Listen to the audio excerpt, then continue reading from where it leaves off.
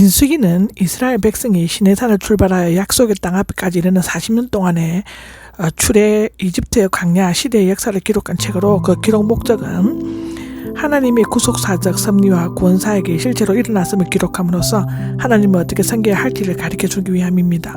두 번째는 하나님의 역사의 주인이시며 이스라엘을 사랑해 주시는 분이므로 그분에게 순종하며 살 때에만 구원이 있음을 일깨워주기 위함이고, 세 번째로는 이스라엘 백성이 여행 중 갖춰야 할 질서와 규율은 무엇이며 가나안 정복과 정착을 위해서 어떤 준비를 해야 하는가를 가르치는 것입니다.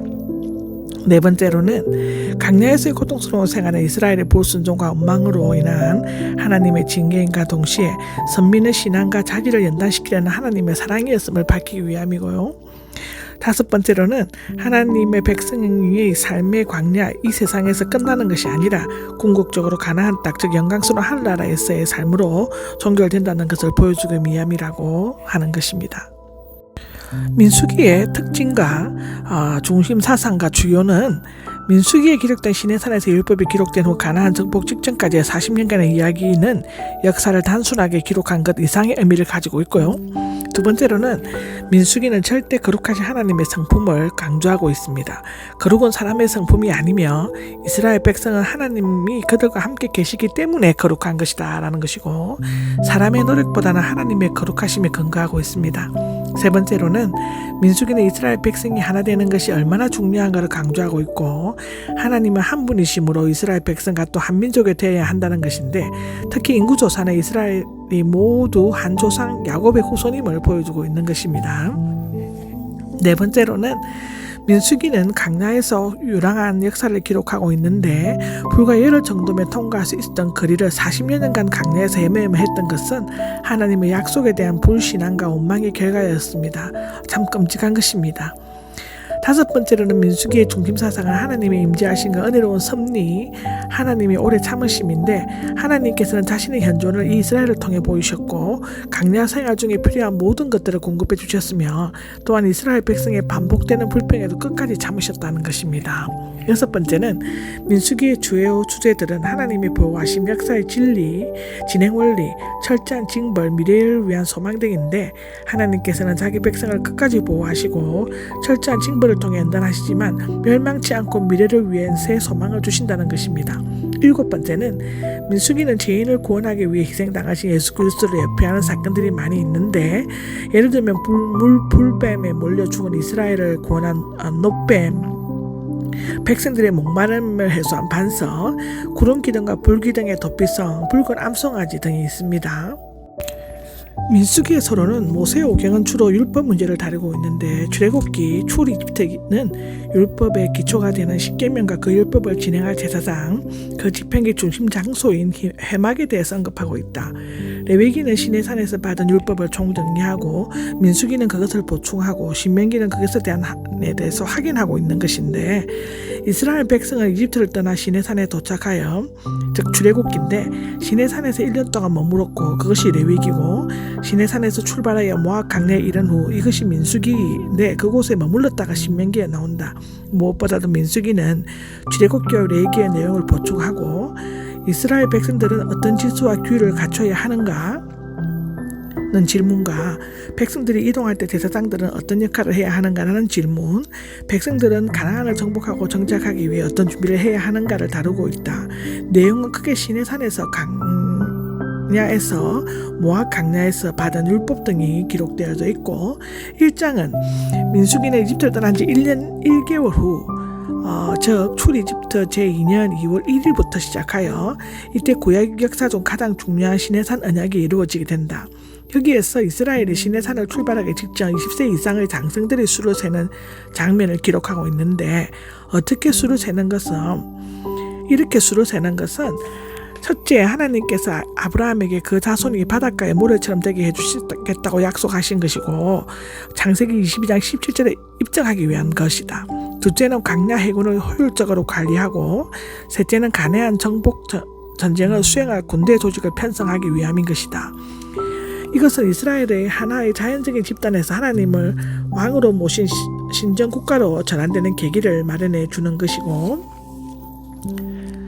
1절을 보면 하나님께서는 나라에 싸움에 나갈 수 있는 남자들의 수를 세라고 명령하셨다라고 말하고 있는데, 앞서 하나님께서는 이스라엘의 삶에 필요한 각종 규례들을 제시하시고 이제는 가나안을 정복하기 위한 백성들에게 군대 조직을 갖추도록 명령하셨다. 물론 전능하신 하나님께서는 군대 조직이 없어도 말씀 한마디로 모든 가나안 족속들을 전멸시킬 수 있으신 것인데, 그러나 이스라엘 백성은 전쟁을 통하여 하나님의 능력과 도우심을 직접 맛보고 그를 믿고 의지하는 삶을 살아야 할 필요가 있는 것이다. 민수기의 첫 절은 와에다 베르 그리고 말씀하셨다는데 히브리 성경의 명칭으로 사용되고 있다. 그러나 더 흔한 명칭은 와미드 바르 그리고 강야에서가 사용되었는데, 이것은 민수기의 사건들이 38년 9개월 또는 10개월 동안 강야에 있을 때 일어났기 때문인데, 민수기는 여호와께서 모세에게 말씀하셨고 모세를 통해서 말씀하셨음을 150번이나 얘기하고 있다. 그러므로 모세가 말하고 전한 것은 하나님 말씀으로서의 절대 권위와 가치를 가진 것이다. 시내 강야의 해막이 나오는데, 시내 강야는 시내산 근처에 있으며 이곳에 이스라엘 백성은 진을 치고 머무르고 있었고 가나안 땅으로 들어가기 위해 시내 강야를 떠났다라고 민수기 10장 11절에는 말하고 있다. 여기 해막은 하나님께서 땅 위에 백성들과 함께 거하시고 모세에게 말씀하신 장소이다. 하나하나 세어라는 말이 나오는데, 이스라엘의 강야 행진은 가나안 정복을 위한 민족의 대이동이었으므로 신속한 기동력을 가진 효율적인 군대 편성을 위해서는 인구조사가 필수적이었다. 이 인구조사의 특징은 20세 이상의 남자들이 대상이었는데, 이스라엘은 일반적으로 여자와 아이를 독립된 개체로 보지 않았고 오직 20세 이상의 남자만을 인구로 간주하였다라고 마태복음 14장 21절에는 나오고 있다. 이것은 여자와 아이들의 생명과 인격을 무시한 것이 아니라 하나님과의 관계에서 성인 남자가 그 가족을 대표하고 하나님의 뜻을 실천했기 때문이라고 고린도전서 11장 3절, 디모데전서 2장 12절 등에는 기록되어져 있고, 여기에서는 특히 군대 조직을 위해 20세 이상 된 남자의 수를 세었다는 것이다. 가족과 종족에 따라 세웠다는데, 이 가족은 친척들의 집단입니다. 아버지와 어머니를 중심한 1세대 또는 가정보다 규모가 조금 큰 친척 일가를 의미하고, 종족, 즉 집안, 아버지 집안 가문은 가족보다 더 크고 집합보다 작은 집합제인데, 가족과 종족을 따라 인구조사를 한 것은 서로 간의 경쟁심을 부추기기 위함이 아니라 혈연적인 가족들의 조화를 이루고 자기 존재와 가문에 대한 올바른 역사인식과 선민의식, 공동체의식을 고취시키기 위해 함이었는데, 여기 세어라는 정렬시키다, 점호하다, 등록하다의 미알로여서 일단 수를 센 후 등록하고 군대직으로 편성하고 정렬시킨 것을 나타낸다. 하나님께서는 인구조사를 할 가문의 지도자들의 이름을 직접 말씀하셨다는데, 이것은 하나님께서 군대 조직이 얼마나 중요하고 필수적인가 각 개인에게 특별한 관심을 지니고 계신다는 사실을 나타내어 보여주고 있다. 이제 이 이스라엘은 이집트에서의 노예 근성을 완전히 청산하고 하나님의 선민으로서 당당한 군사가 되어 가나안 땅으로 돌아가야만 한다. 여기에서 나온 택함 받은 지도자들이 아버지의 이름과 함께 언급된 것은 역사성을 나타내며 그 이름의 뜻을 살펴보며 매우 경건한 자들이었음을 알 수 있는데, 예를 들면 에리술은 하나님께서 반석, 술루미엘은 하나님께서 왕성, 가마리엘은 하나님께 상급 등의 뜻이고, 그들은 무엇보다도 하나님의 마음에 합한 자들이었다. 그들이 임명하신 하나님께서는 그들과 함께 하시고 그들의 수고를 알아주실 것이라고 기록되어져 있다. 17절에서 46절까지는 이스라엘은 각 가족과 종족을 따라 개수가 되었다는 얘기다.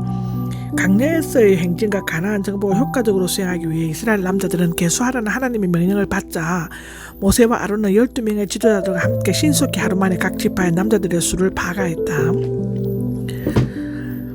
인구조사를 한 결과 싸움을 나갈 수 있는 20세 이상의 남자는 12지파, 레위지파를 제외하고 모두 합쳐 60만 3,550명이었다고 한다.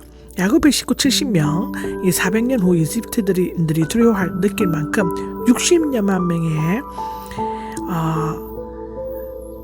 되었다는 것인데, 여자와 어린아이를 합치면 200여만 명이 되었다. 하나님의 놀라운 섭리의 손길이 함께 하셨기 때문이라고 출애굽기에는 얘기하고 있고, 이로써 아브라함과 맺었던 하나님의 언약은 정확히 실현되었던 것이다. 한편 지루할 정도로 지파별 인원이 소개되고 있는 것은 이 조사가 결코 허구가 아니고 역사적 사실이라는 것과 각 지파에 소속된 군사 한 사람 한 사람이 매우 소중했다는 것을 보여주기 위함이다. 여기에서 루벤, 20절에 나오는데 맏아들이었지만 계모아의 불륜 때문에 그 자리를 박탈당했고 유다 자손의 수가 많은 것은 지도자적인 위치를 나타내고 있고 요셉은 에브라임과 므낫세 두 지파를 대표하고 있다. 므낫세의 수가 가장 작았지만 후에 52,700명으로 증가되었다라고 민수기 26장에 얘기하고 있다. 레위 지파는 군대 개수에서 제외되었다라고 기록이 나와 있는데 레위 지파는 성막을 봉사하는 자로 선택되었기 때문에 군대 개수에서 제외되었다. 그들은 이스라엘 백성들의 장자들을 대신해서 하나님께서 특별히 선택하여 바쳐진 자들로서 오직 성막에 관계된 각종 업무를 수행해야만 했는데 그들은 성막 주위에 거주하면서 성막 업무에 전념하고 외부인들의 성막 접근을 철저히 막아야만 했다. 레위는 야곱의 아들로서 형 시므온과 함께 강간당한 여동생을 복수하기 위해 세겜 주민들을 무자비하게 죽임으로써 야곱의 분노를 사서 저주를 받았었다. 그러나 그 후손은 우상 숭배자들을 처형하는데 앞장섬으로써 축복을 받았고 거룩한 일에 구별하여 섬기는 직무를 맡아졌다. 오늘날 성도들은 레위 지파처럼 택하신 족속과 왕같은 제사장으로 부름을 받았는 것인데 그러므로 날마다 사탄의 세력에 맞서면서 하나님을 섬기고 그를 영화롭게 하는 직무에 열심을 내고 충성해야 한다는 것을 우리는 알 수 있다. 이것 또한 마태복음 11장 28절, 히브리서 4장 1절에서 11절, 요한계시록 3장 19절에 기록되어져 있다.